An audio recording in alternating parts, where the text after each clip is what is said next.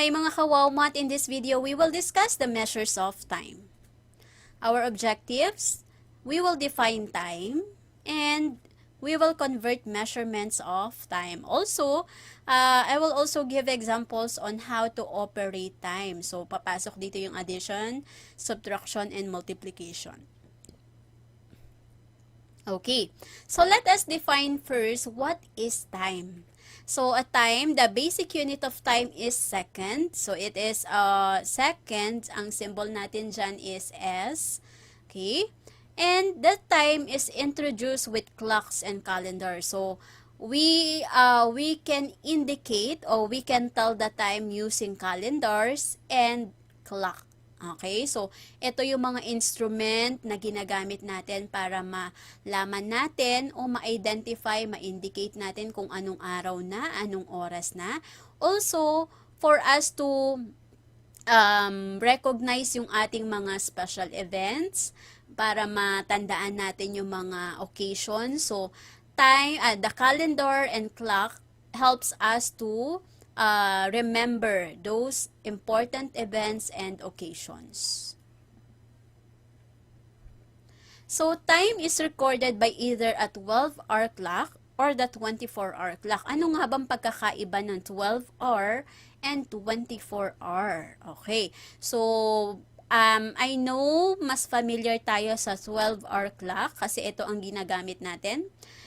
But I will show you on how to use the 24-hour clock so that if you will encounter this, you know how to read this. Okay? O anong oras na siya. Okay? So, at 12-hour clock and at 24-hour clock. So, meron tayong dalawang klase ng settings. Actually, makikita nyo to sa cellphone eh. Pwede kang mamili dun sa settings ng cellphone mo. If you want to use the 12-hour clock or the 24-hour clock, pag sa ibang bansa, kapag sa ibang bansa, ang ginagamit nila ay 24-hour clock. So, dito sa atin, ang ginagamit natin ay 12-hour clock. Okay. So, 12-hour clock, ito yung ginagamitan natin ng AM at PM. Okay? Ano nga ba ang ibig sabihin ng AM? So, AM, this is actually anti-meridian. Okay? Ito ibig sabihin nun before noon. Okay? So, pag sinabing AM, ito ay simula ng midnight, midnight, from midnight to before noon. Okay? Okay, so let me repeat. So, pag sinabi nating AM sa 12-hour clock, AM means before noon. So, ito yung simula midnight, yung hating gabi hanggang sa bago magtanghali. Yun yung AM. Yun yung covered ng AM natin. Okay? While PM, this is the post-meridian. Okay? Ito yung afternoon. So, afternoon, ito naman yung simula ng tanghali hanggang sa bago mag-midnight. Yun naman yung PM. Kaya 'di ba pag sa atin dito sa Philippine time, pag nagtatanong ng oras, 8 AM. 8 AM ibig sabihin umaga. 8 PM ibig sabihin gabi. Simula after ng tanghali, simula tanghali hanggang bago mag-midnight, that is PM. While from midnight hanggang tanghali naman, bago magtanghali, that is AM. Yun ang AM natin. So, I know, familiar naman tayo dito sa AM, kung saan natin ginagamit ang AM at PM. Okay? Now, yung 24-hour clock, ito rin yung kilala natin bilang military time. So, ito yung tinatawag nating military time na meron siyang 1 to 12 at 13 to 24. So, ano nga ba ang pagkakaiba nito? Bakit siya merong 13 to 24? Because sa 24-hour clock, hindi ito ginagamitan ng AM at PM. Hindi kagaya ng 12-hour clock, kapag halimbawa 8 AM, meron din tayong 8 PM. 3 AM, meron din tayong 3 PM. Ibig sabihin umaga at gabi. Okay? o kaya naman umaga at hapon. Okay, so yun po yung ibig sabihin ng AM, PM sa 12-hour clock. Pagdating sa 24-hour clock, wala siyang AM, PM. Kapag ang oras dito ay from 1 to 12, ibig sabihin yun ang AM nila. Okay? So, yun ang AM nila. Pag ang time nila ay 1 to 12, ibig sabihin AM yun. Hindi na nila nilalagay na AM. Okay? Kapag yan ay 13 to 24, that means PM. Yun ang afternoon nila. Okay? So, 1 to 12, that is before noon. Yun yung AM na ginagamit natin. And then, 13 to 24, instead of writing PM, 13 to 24 ang ginagamit nila. Now, paano ba sinusulat itong 24-hour clock na to? This is actually a 4-digit number to indicate the time. So, ito ay ginagamitan ng 4 na digits. Yung first 2 digit mo, yun yung hour. Yung last 2 digits mo, yun yung minutes. So, halimbawa, sa atin ay 2 p.m. Okay? Sa atin, 2 p.m. Sa kanila, since p.m., afternoon, yun sa kanila, yung 2 p.m. sa 12-hour clock, that is actually 14:00. Okay? So, 4 digits sila palagi. 4 digit to palagi. 1400. Hindi nila ginagamitan ng PM. Okay? So, halimbawa, 10 p.m. sa 12-hour clock. So, yung 10 p.m. since PM siya, eto yan, from 13 to 24. 10 p.m., that is 22:00. Okay? So, wala siyang PM. Hindi siya ginagamitan ng PM. Okay, let's have an example. Okay. Write each time in a 12-hour and a 24-hour clock. Okay? So, if the given time is 8 o'clock in the morning, sa 12-hour clock, this means 8 a.m. Okay? So, 8 a.m. yan.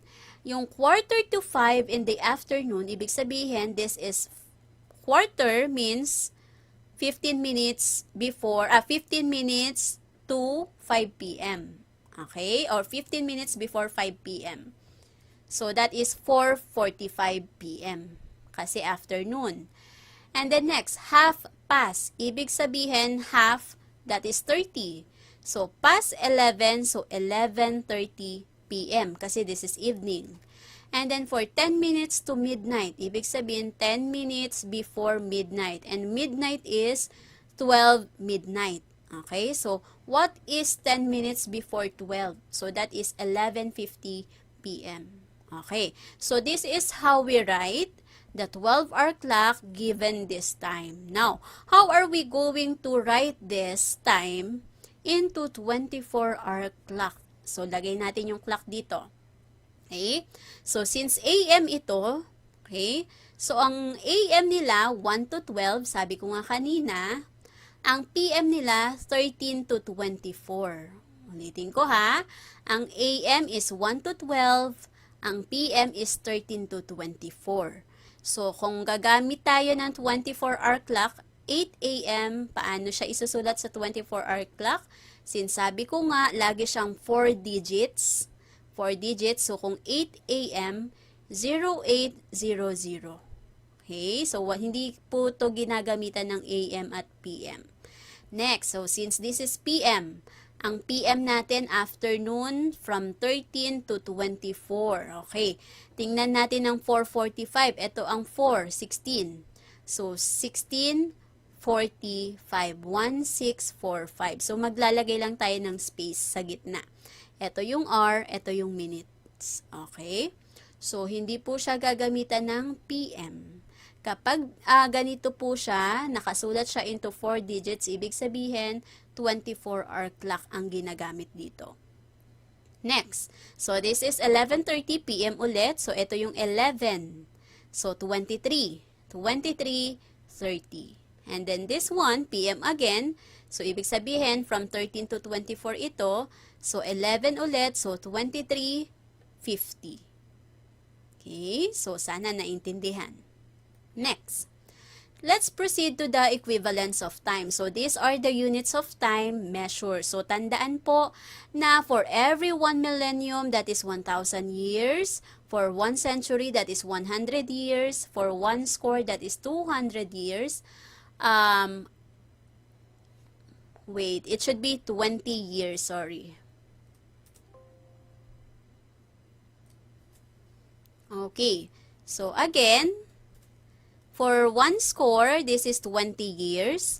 For 1 decade, that is equivalent to 10 years. For 1 year, that is equivalent to 12 months or 365 and 1/4 days. Pag leap year naman, pag leap year naman, iba po ang bilang ng days natin doon. Okay? Okay. So, for 1 month, that is equivalent to 4 weeks. For 1 week, that is equivalent to 7 days. For 1 day, that is 24 hours. Ito, alam na natin ito.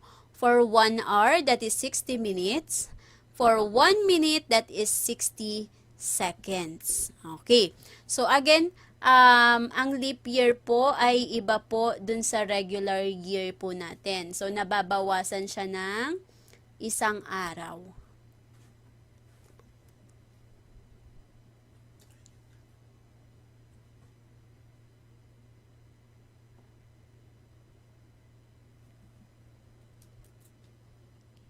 Okay, so kapag leap year po, nagiging 366 siya. Hindi nababawasan ha, nagdadagdag siya. So, 366 because of yung yung February. So, minsan 'di ba wala tayong 29, minsan merong pang 29 day.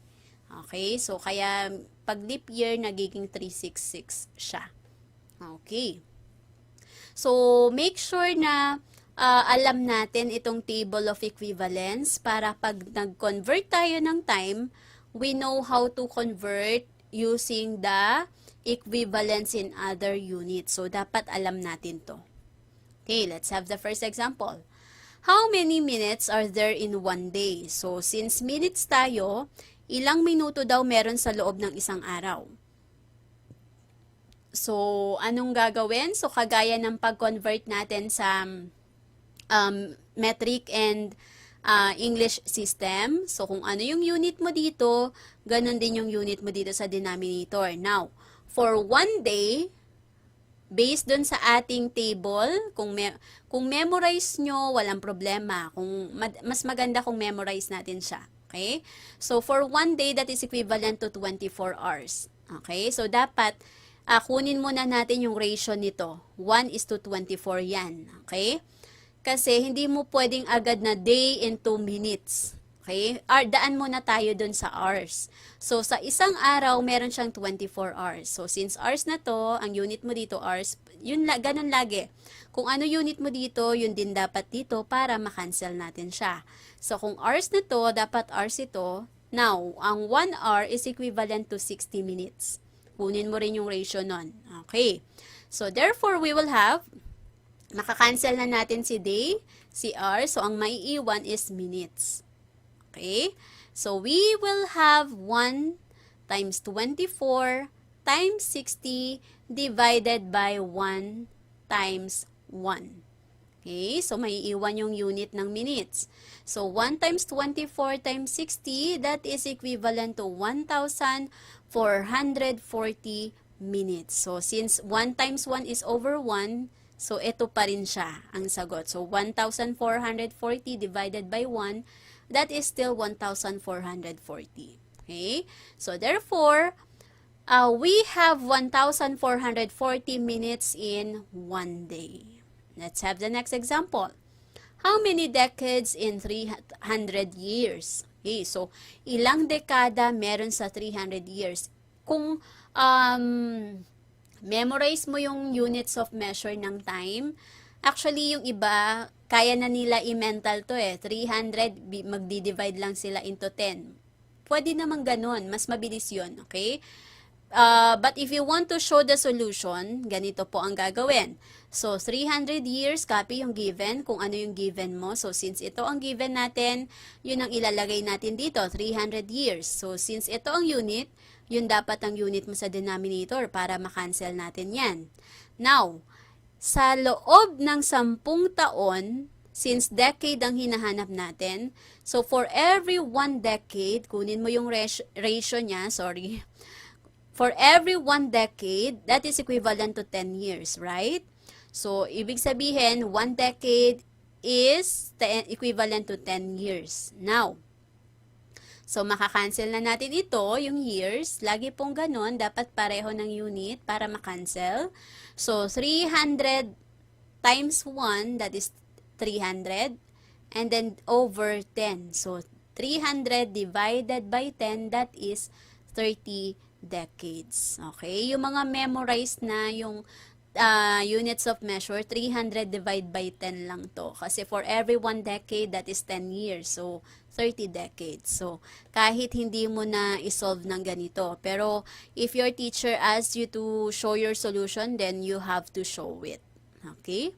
And then next, how many hours in a week? So, ang given natin, laging unang ilalagay yung given, we have 1 week. Okay? In a week, ibig sabihin 1 week yun. And then, ang hinahanap ay hours. So, sa loob ng isang linggo, meron tayong 7 days. Okay? Meron tayong 7 days. So, kailangan week para makancel. Now, since this is already day, so dapat day yung nasa denominator. Now, sa isang araw, meron tayong 24 hours. So, lagi mo kukunin yung ratio 1:7. 1 week is equivalent to 7 days. 1 day is equivalent to 24 hours. So, makakancel na natin ngayon yung week at yung days. Okay, ang naiwan, hours. Now, 1 times 7 times 24 tayo, lahat ng naiwan. And then 1 times 1. Ulitin ko, 1 times 7 times 24, and then 1 times 1. So, ito po siya. So, therefore, 1 times 7 times 24, that is 168 hours. So, since ito ay 1 times 1 over 1 pa rin naman, so 168 hours pa rin po siya. Okay? So, therefore, we have 168 hours in 1 week. So, this is how we convert measures of time. So, dapat kabisado po natin yung table of equivalence. Next, let's have few examples of operations on time. Okay? So, let's have first addition. So, if you will be given 6 months, 94 days, 80 hours, plus 5 months, 20 days, 10 hours. Okay, and then if you are asked to add, so anong gagawin? That is 90 hours, this is 114 days, this is 11 months. Okay, is this your final answer? No. Okay, bakit? We all know that from 90 hours, we can still have days. Bakit? Kasi for us to have 1 day, para makabuo tayo ng isang araw, we only need 24 hours. Right? So, para makabuo tayo ng isang araw, dapat meron ka lang 24 hours. So, ibig sabihin, pwede mo pa to i-simplify. Hindi pwede na ito na yung sagot mo. Okay? Kasi malaki pa yung numbers mo eh. So, since may mabubuo pa tayong araw dito from 90 hours mo, ilang 24 hours. Bakit 24? Kasi for us to have 1 day, dapat meron kang 24 hours, right? So, ilang 24 hours meron dito? So, 90 divided by 24, that is 3. Okay. So, yung 24 hours na yon, so meron tayong tatlong 24 hours dito. So, 24 hours times 3, that is 72. Ima-minus na natin siya dun sa 90. Kasi ito ay equivalent sa 3 araw because 24 times 3, that is 72. So, therefore, kung nakabuo ka ng 3 araw, magpa-plus 3 tayo dito ng 3 days. So, 114 days plus 3, we will now have 117 days. Okay? Ulitin ko, 114 days plus 3, that is 117 days. Now, from 117 days, is this your final answer? Not yet. Why? dito sa 117 days natin, makakabuo ka pa ng buwan. Okay? So, pwede mo pa siya i-convert into months para yung number natin mas mababa. Okay. So, let's say na para fix tayo, standard, we will be using 30 days sa isang buwan. Okay. So, ilang buwan meron dito sa 117 days. So, kung ang isang buwan ay may 30 days, ilang 30 days meron dito? Okay, very good. Tatlo. So, yung tatlong buwan na yon, so 3 times 30, that is how many days? So, ilan ang ibabawas na natin dito sa 117 days? 90. So, magbabawas na tayo ng 90 days, which is equivalent to 3 months. So, magpa-plus tayo ng 3 dito. Yung 90 days mo, that is equivalent to 3 months. So, plus 3 tayo. So, 11 plus 3, that is 14 months na. Now, 14 months, pwede pa natin to i-convert into year. So, kung mako-convert natin to into year, ilang months ang dapat meron ka para makabuo ka ng isang taon. So, we need to have 12 months. So, therefore, magma-minus tayo ng 12 dito. Okay, so let us solve. So, 90 minus 72, this is 18 hours na lang ang natitira. Makakabuo pa ba tayo ng isang araw dito? Hindi na po. So, therefore, ito na ang final answer natin dito. Next, yung 117 days mo na binawasan natin ng 90 days dahil pwede pa siya i-convert into 3 months. So, 117 minus 90, that is 27 days na lang, which is not enough para makabuo ka ng buwan. So, since hindi na siya pwede, eto na siya. Okay? And then, yung 14 months mo, since pwede pa siya i-convert into 1 year, so nag-minus tayo ng 12 months. So, ilang buwan na lang ang matitira? 14 minus 12, that is 2 months na lang po. At itong 12 months na minus mo, that is equivalent to 1 year. So, therefore, double check mo ulit, hindi na ito makakabuo ng isang araw. We cannot have a month from 20 days, so 27 days, at hindi na rin tayo makakabuo ng isang taon dito. So, therefore, our final answer is 1 year, 2 months, 27 days, and 18 hours. So, this is how we add operations on time. And then next, what if you have subtraction? Okay. So, I have here 4 days, 5 hours, 10 minutes. 2 days, 6 hours, 30 minutes. So, 10 minus 30, hindi natin to pwedeng i-minus, right? So, hindi siya pwedeng i-minus. So, anong gagawin natin? So, since hindi pwedeng i-minus itong 10 minutes na to, magbaborrow tayo. So, hiram tayo ng 1 oras. And 1 hour is equivalent to 60 minutes. So, therefore, magpa-plus tayo ng 60 dito sa 10. That's why we have 70 minutes na. Ulitin ko, since we cannot subtract 30 from 10, so hiram tayo ng 1 oras dito. At yung 1 oras, hindi mo siya ilalagay na plus 1. Hindi po.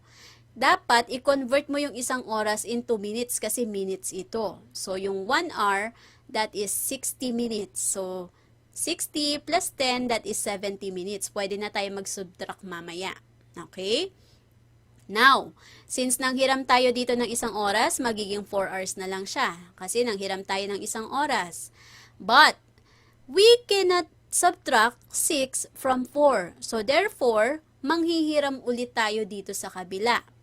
Etong 4 hours mo, since hindi mo pwedeng isubtract yung 6 doon, hiram tayo ng 1 araw. So, again, hindi ka pwedeng mag 1 plus 4 dyan. Bakit hindi pwedeng 1? Yung 1 na yon is 1 day. So, yung day na yon, i-convert mo muna into hours.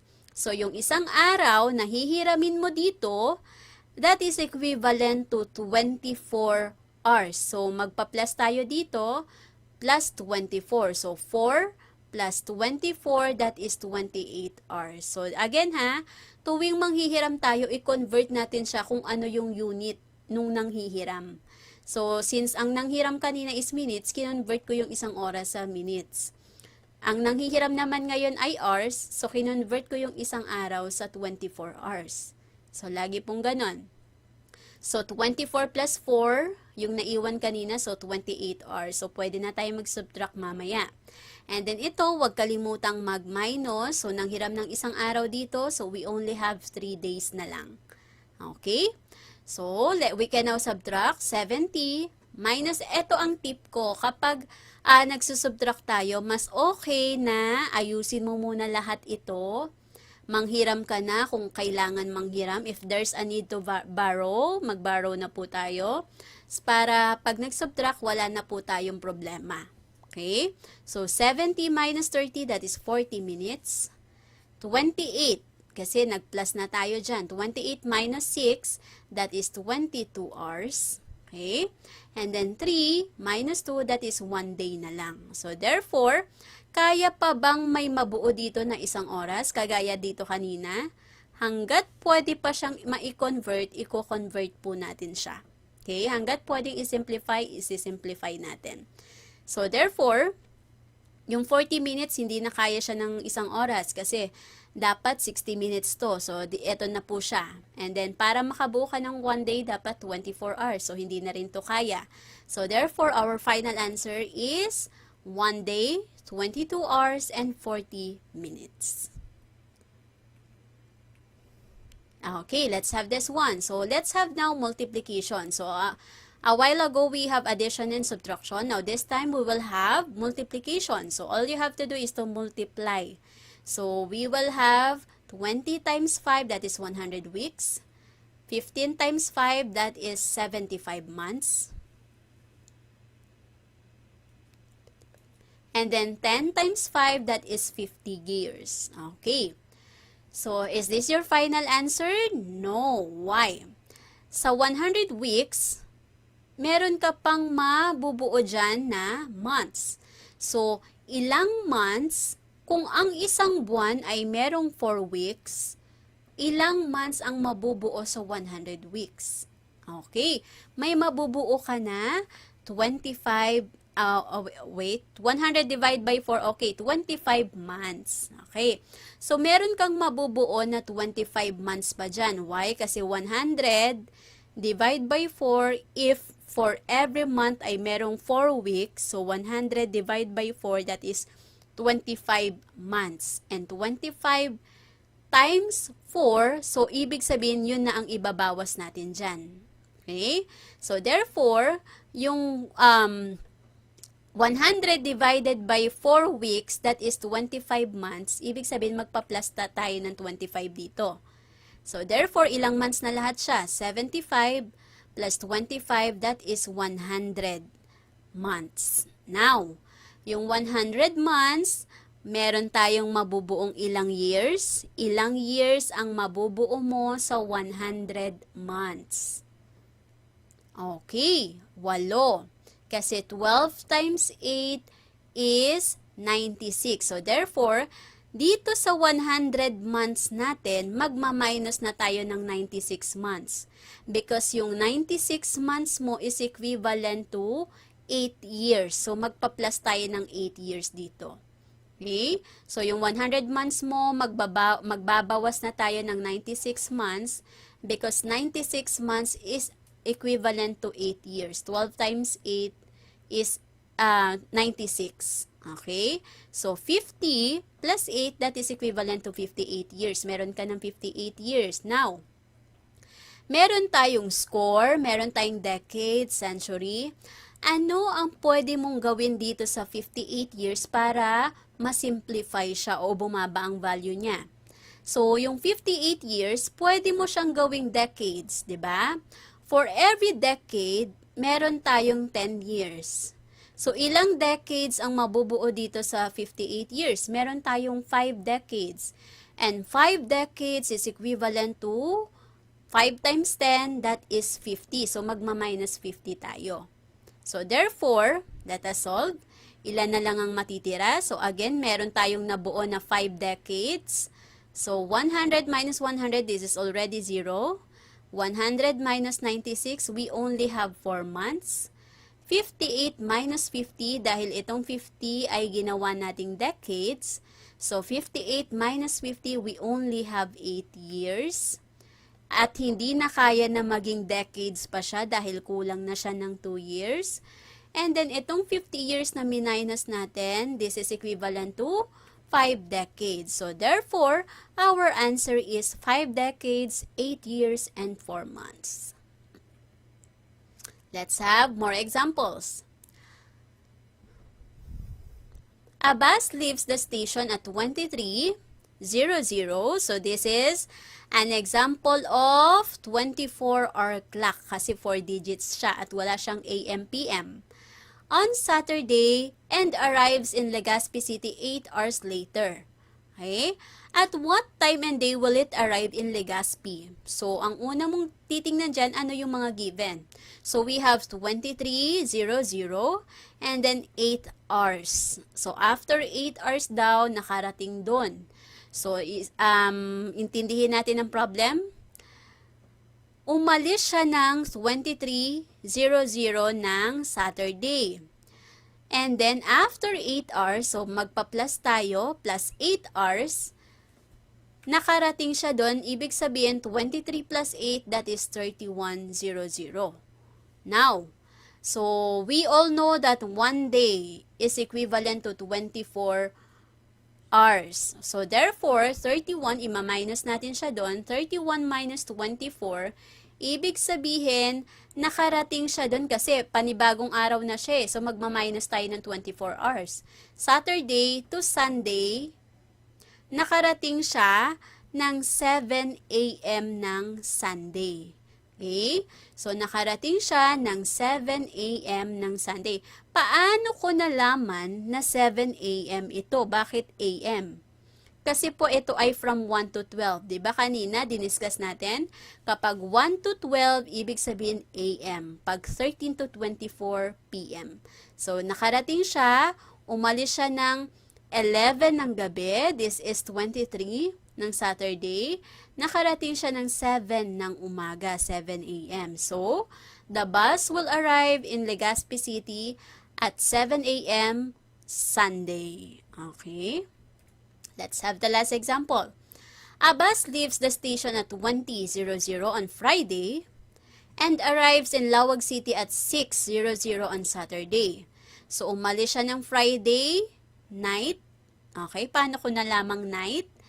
Kasi ito ay 24-hour clock and nasaan siya? Nandun siya sa 13 to 24. Ibig sabihin PM to, evening. So, umalis siya ng Friday evening. Nakarating siya ng 6 morning ng Saturday. So, how long is the trip? So, identify your given. So, 20. So, dun sa 20 on Friday. Okay. So, since panibagong araw siya, so i-minus natin. 24 hours minus 20, that is 4. Okay? And then, dun sa sumunod na araw, so dito, may 4 hours na binyahe. So, dun sa a day before, yung Friday, 24 hours minus 20, that is 4 hours. Okay? So, dun sa 4 hours, na umalis siya, okay, ipa-plus natin siya doon sa panibagong araw ng Saturday na nakarating siya ng 6 a.m. So, 4 plus 6, that's why ang travel time niya is 6 a.m. ng Saturday. So, how long is the trip? So, 4 plus 6, that is 10 hours. Okay? So, therefore, the bus travels in 10 hours.